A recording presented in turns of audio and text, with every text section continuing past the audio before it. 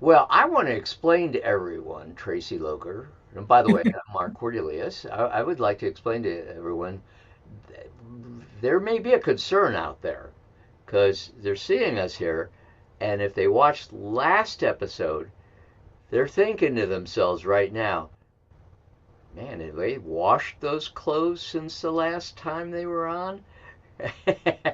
I want to let you know the reason we're in the same colored garb and in the same setting and everything is because we're doing back to back episodes, and this is actually going to be a continuation of our last episode because we still have much to say about it. So, Traci, I'm going to let you take away because you came up with some other obstacle issues that I Okay. think are very, very important, and would love to talk about those. Do you want to just go into those again? You bet. So, in the last episode, we had talked about the fact that once we write something and we share it, we get feedback, and whether or not we change our writing or, take those opinions in and do something different with our writing. Well, I just wanted to remind everybody and myself not to necessarily be married to what we have already written. If there is an opportunity that we could make it better by changing something up, you know, go for it, try it. However, if you're taking something out, don't necessarily get rid of it, but maybe put it in. I have a folder under each of my books that's called parking garage. So if I decide to take a section that I'm not going to use maybe for this chapter, maybe I'll use it in another chapter, or maybe I'm not going to use it at all for this book, but who knows? Maybe it could be used in a book in the future. So I just wanted to. Oh, no, that's perfect. And I will not give you a personal example of that. I will refer to another artist who did exactly what you're talking about. Um, and I'll just, first of all, I'll tell the story, that I'll tell you who it is. But it Okay. was a filmmaker who filmed a movie and went through this whole ordeal and just filmed what he thought was a perfect movie. And they actually filmed the movie and went through the whole thing. And at the end of the movie, then he went back through and did his own self editing and was not satisfied. And he kept looking at it and he goes, wait a minute. There's one segment in this movie and it was 30 seconds long. 30 seconds. And he said, that's the movie. Oh my goodness. So they went back and they refilmed, starting, using that 30 seconds as their platform and then working it out. That filmmaker was Charlie Chaplin, Okay. and he filmed his most famous movie, which was the oh my gosh, and I can't think of the name of the movie, but he was uh, the the the beggar who went around with a cane and Hmm. did that movie. And the title escapes me now. Yeah. I'm sure somebody else will come back and say, "Oh, that was X." But Yes. anyway, he he did that movie, and it became his most famous work and his theme work for all his other movies. Uh, So he had the courage to like completely revamp it and love it. exactly, exactly. So that's another example of what you're saying. That parking garage, and Yeah. Yeah. put everything else aside. And I don't know if he ever got to that or not, but he got the one piece of it that he wanted. So um, I, a personal thing I did, I wrote this short story based Mhm. on a something that I had a dream about, and it was that dream segment that led into the entire story. Mhm. And that's not the first time that's happened to me. And I said, what am I going to do with this?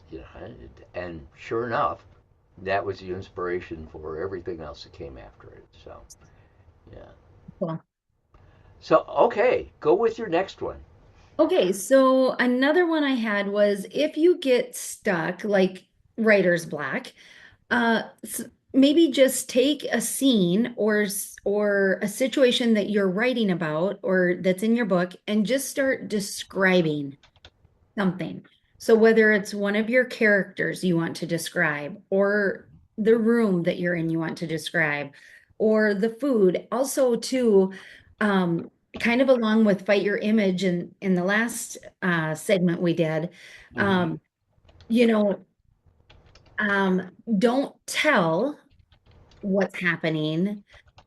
What am I trying to think of? Like, make your reader feel what's happening. Describe wanting to, what you're wanting to communicate by doing and not just by telling. So, for example, she was nervous. Rather than she was nervous, maybe she uh, couldn't stop picking the lint off the front of her pants. She looked nervously from side to side, or her eyes darted from Started. side Hmm. to side.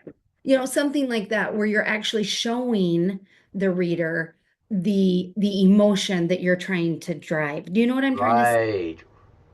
So, in So, other words, don't necessarily spell it out for them, right, right. but leave the canvas with what I call the three dots. Dot, dot, dot. Yes. And you'll do what with it? Well, as the reader, you will come to your own conclusion. And if we, as the writer, have done it correctly, it's going to leave you with a like feeling of doom or a feeling of, can we really trust this character? That is another thing that I love writing into my novels. And I've just created a character now in my second book that how you just create that character and you're just like, oh, I love him. But she's gonna be like not trustworthy. She's gonna be where you cannot believe what she says, but she's really given no true indication that you can't. But anyway, it's so good. So good. Exactly. You're going to, in other words, me as a reader, now that you've described that, I'm going to fill in the blank. Yes. I'm Yep. going to, in my image, okay, suddenly your character becomes my character. Yep. And I go, oh, I know that person. I don't like that person, or I love that person, or yeah, I love to hate that person, or I hate to love that person, whatever it is. And that Yes. could be anything. It could be the character, it could be the setting, the scene, the senses, any of those things. When I mention the word cinnamon, you Mm-hmm. smell it. Mm-hmm. You know, I don't have to tell you how it smells. You know cinnamon. Right. Yeah. Right. So there you go. Yep. Perfect. Okay. Yes.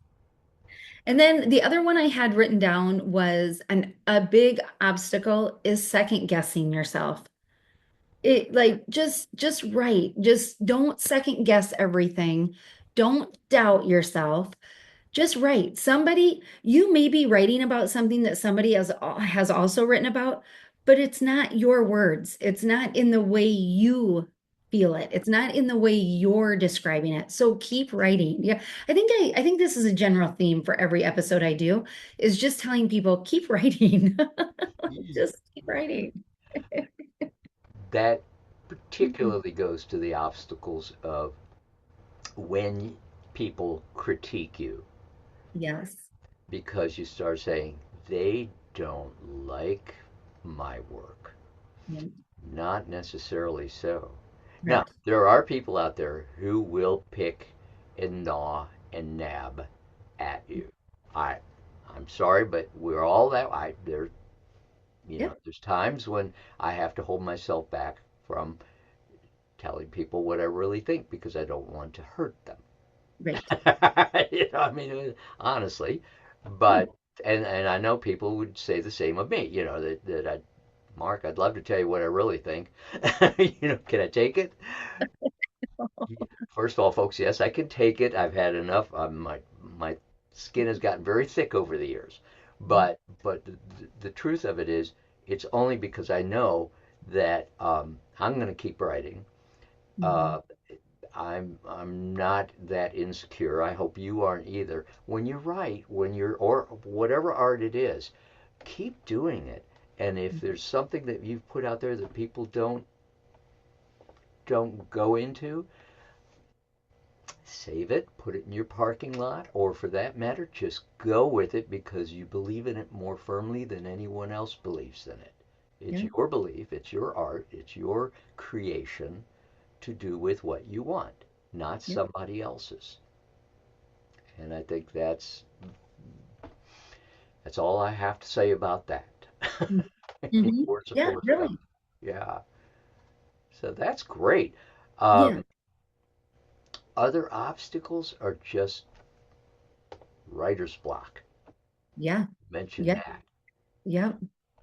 What what am I talking about with writer's block?